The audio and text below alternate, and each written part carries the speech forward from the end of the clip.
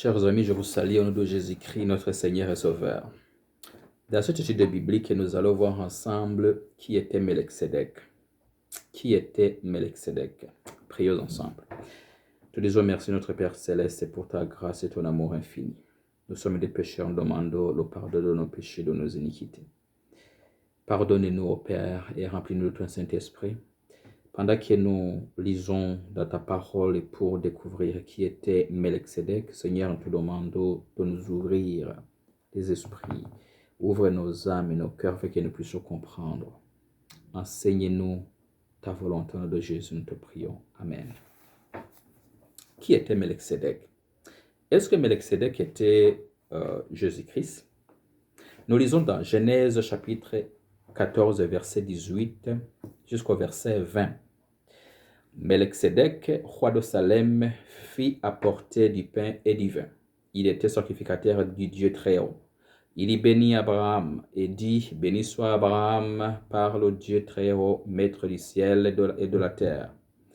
Béni soit le Dieu du très haut qui a livré tes ennemis entre tes mains.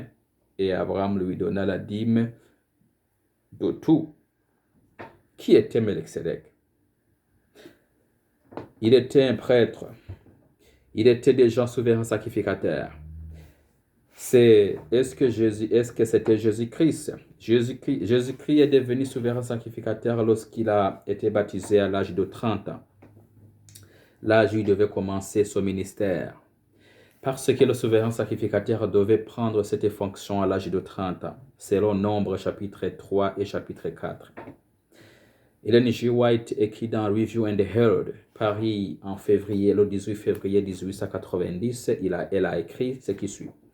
C'était le Christ qui parlait par l'intermédiaire de Melchizedek, le sacrificateur du Dieu très haut. Melchizedek n'était pas le Christ. Il était la voix de Dieu dans le monde, le représentant du Père au cours de toutes les générations passées. Le Christ a parlé. Il a été le conducteur de son peuple, la lumière du monde. Donc, on comprend ici, chers amis, que d'après ce passage, Melchizedek n'était pas le Christ, mais plutôt le représentant de ce dernier. Melchizedek était le représentant du Christ sur la terre. Alors,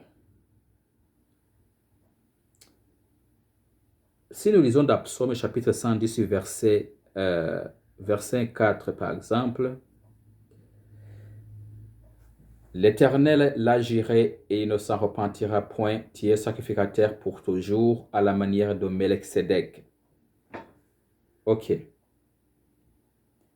Bon, on peut lire à partir du verset 1 jusqu'au verset 7. Je vais juste souligner ce verset 4 où on parle le sacrificateur pour toujours à la manière de Melchizedek. Et là, Jésus-Christ sera sacrificateur pour toujours à la manière de Melchizedek. Donc, Melchizedek était déjà sacrificateur. Melchizedek est celui qui intercède donc pour le peuple. Alors, Marc chapitre 12, verset 36. David lui-même, animé par l'Esprit Saint, a dit, le Seigneur a dit à mon Seigneur, assis-toi à ma droite, jusqu'à ce que je fasse de tes ennemis ton marchepied. Hébreux chapitre 7, verset 1 jusqu'au verset 3. En effet, Melchizedek, roi de Salem, sacrificateur du Dieu très haut, qui alla au devant d'Abraham, et à qui Abraham donna la dîme de tout, qui est d'abord roi de justice, d'après la signification de son nom, ensuite le roi de Salem, c'est-à-dire roi de paix, qui est sans père, sans mère, sans généalogie, qui n'a ni commencement de jour, ni de fin de vie, mais qui est rendu semblable au Fils de Dieu. Ce Melchizedek demeure sacrificateur à perpétuité. Alors, Melchizedek n'a ni commencement, ni fin, il est éternel. Si nous lisons 1 Timothée chapitre 6, verset 14 jusqu'au verset 16, il est écrit, « Et de vivre sans tâche, sans reproche, jusqu'à la partie de notre Seigneur Jésus-Christ, que se manifestera en son temps le bienheureux et seul souverain, le roi des rois et le Seigneur des seigneurs, qui seul possède l'immortalité, qui habite une lumière inaccessible que ni l'homme n'a vu ni ne peut voir, à qui appartiennent l'honneur et la puissance éternelle. Amen. 1 Timothée chapitre 1, verset 7, il est écrit: Au roi des rois, au roi des siècles, immortel, invisible, seul Dieu, soit honneur et gloire au siècle des siècles. Amen. D'après ces deux passages ici, seul Dieu est éternel. Il est le seul à avoir de l'immortalité. Donc, Melchizedek n'a ni commencement ni de fin. Il a été souverain sacrificateur. Il n'est pas Jésus-Christ, car il ne le deviendra que selon l'ordre de Melchizedek, plus tard à sa manière. Relisons Hébreux chapitre 7, verset 8 et verset 11. Verset 8, il est écrit, Hébreux 7, verset 8. Et ici, ceux qui perçoivent la dîme sont des hommes mortels. Mais là, c'est lui dont il est attesté qu'il est vivant. On parle ici de Melchizedek. Le verset 11. Si donc la perfection avait été possible par le sacerdoce lévitique, car c'est sur ce sacerdoce qui repose la loi donnée au peuple, qu'était-il encore besoin qu'il y parût et notre sacrificateur selon l'ordre de Melchizedek et non selon l'ordre d'Aaron? On parle de Jésus ici, car il est devenu notre sacrificateur, non pas selon l'ordre d'Aaron, mais selon l'ordre de Melchizedek. Et ce dernier est encore vivant.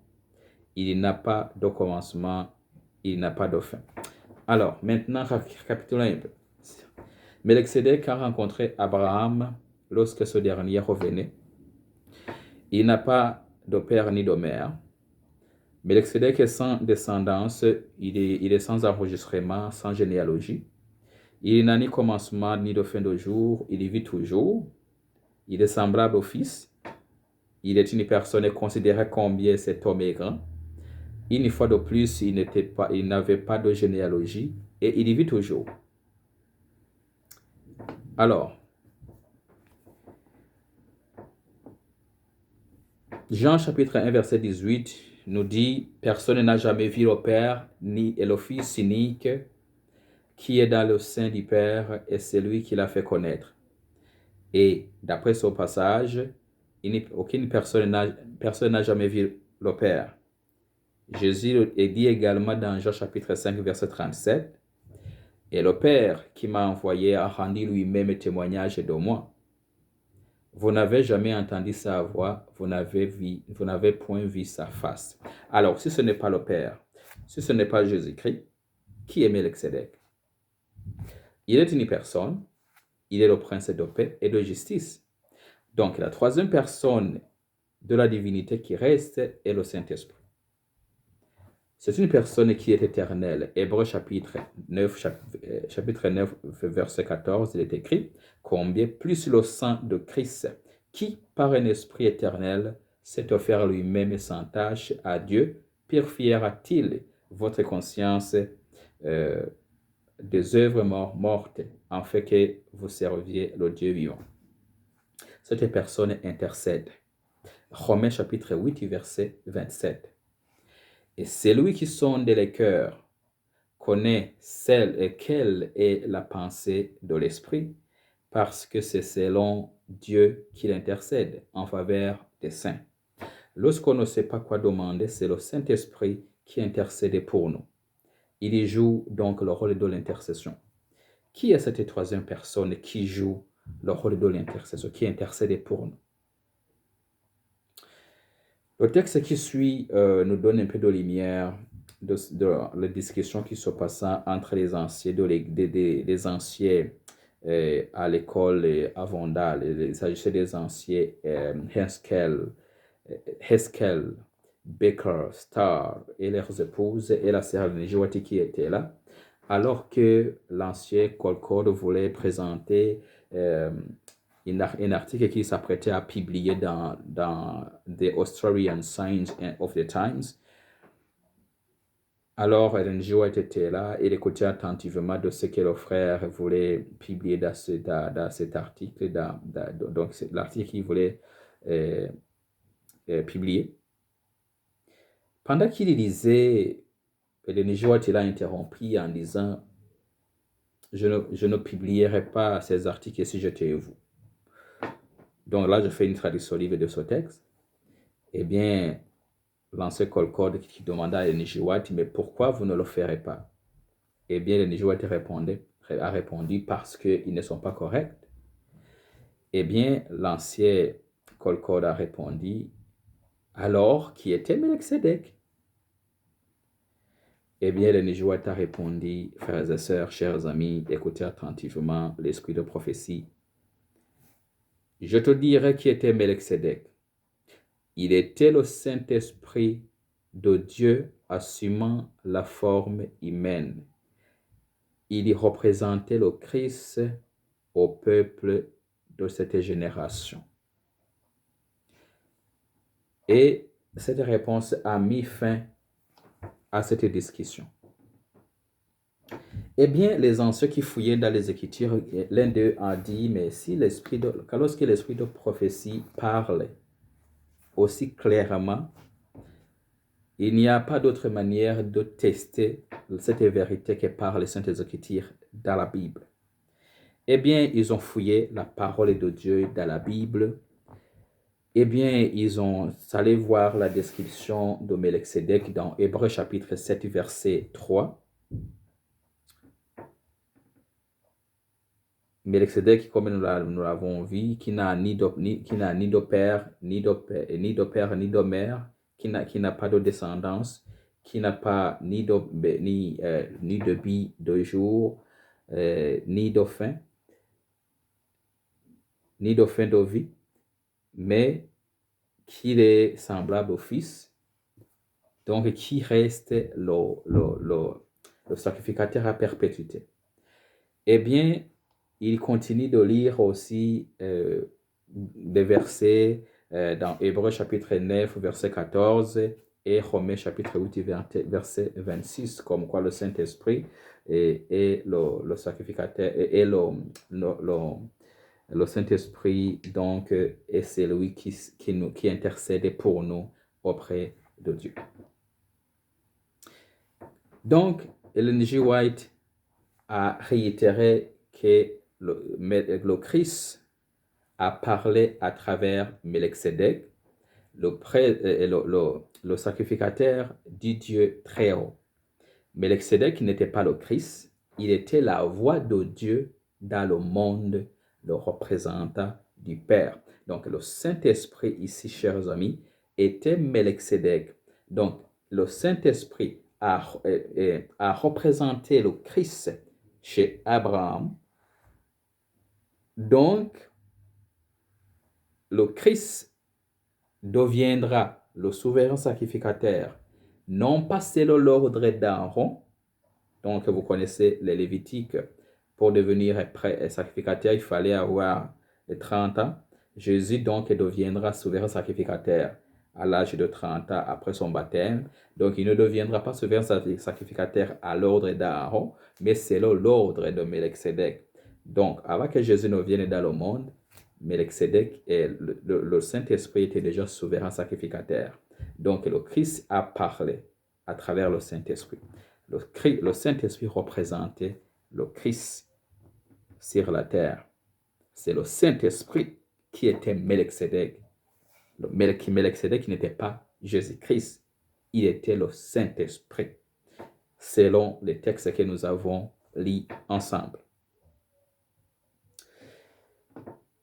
Donc, dans les messages choisis, traduction libre, Selected Messages, Book 1, page, donc, message choisi, livre 1, volume 1, page 409, ça c'est à la version anglaise. Ellen G. White dit aussi, il était le Christ qui parla à travers Melchizedek, le souverain sacrificateur du Dieu très haut. Melchizedek n'était pas le Christ, mais il était la voix de Dieu dans le monde. Il était le représentant du Père. Melchizedek était le Saint-Esprit. L'esprit de prophétie le confirme. Donc, dans le livre Desire of Ages, page 669, paragraphe 2, la version anglaise, nous traduisons. Le Saint-Esprit était le représentant du Christ. Donc, il avait la forme humaine. Nous savons que le Saint-Esprit prenait plusieurs formes. Cela porte à croire que le Saint-Esprit est une personne qui se manifeste sous plusieurs formes. Il est venu lors du baptême de Jésus-Christ pour que ce dernier commence son ministère selon l'ordre de Melchizedek. Et qui est cette troisième personne? Il s'agit bien du Saint-Esprit. Donc, chers amis, Melchizedek n'était pas Jésus-Christ, mais plutôt le Saint-Esprit, qui représentait le Christ sur la terre. C'est le Saint-Esprit qui a pris la forme de Melchizedek pour aller à la rencontre d'Abraham lorsqu'il revenait de la guerre victorieux. Prions ensemble. Merci notre Père Céleste. Merci pour ton assistance à travers le Saint-Esprit. Nous avons soif de ta présence dans nos vies. Nous avons toujours soif d'apprendre davantage ta parole. Enseigne-nous à marcher selon ta volonté. Aide-nous à être obéissants à ta parole. Appliquons ta volonté dans nos vies. Au nom de Jésus, nous te prions. Amen.